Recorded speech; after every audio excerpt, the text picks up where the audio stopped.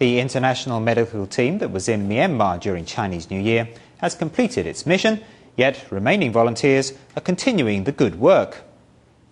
One patient to benefit was a 26-year-old woman with a detached retina and cataracts. She took an 11-hour bus ride to seek treatment, only to find out that she lacked the proper paperwork. Anxiety and helplessness are written all over Su Tian's face as the woman discovers that she is unable to see a doctor without registration. Their hearts torn upon seeing Su's tears, Tzu Chi volunteers hurriedly arrange for her to seek treatment from Filipino ophthalmologist Si Meisheng. Knowing the doctor is willing to operate on her, Su finally breaks into a smile. Suffering from cataracts, Su Tian shares an impoverished life with her mother. In order to afford her medical expense, Su dropped out of school to run a small business. Nonetheless, the cost of her surgery is more than 100,000 Burmese kyat, an unobtainable amount for the poor woman. Su carried all her savings with her and traveled 11 hours to arrive at a free clinical site. Her wish is at last about to be realized.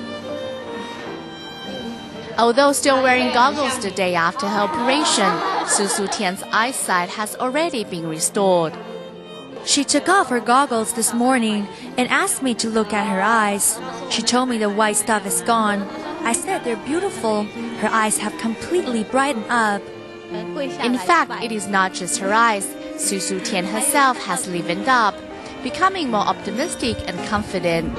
At the local Tzu Chi presentation, Su shares her own story with her fellow residents and bids farewell to the volunteers.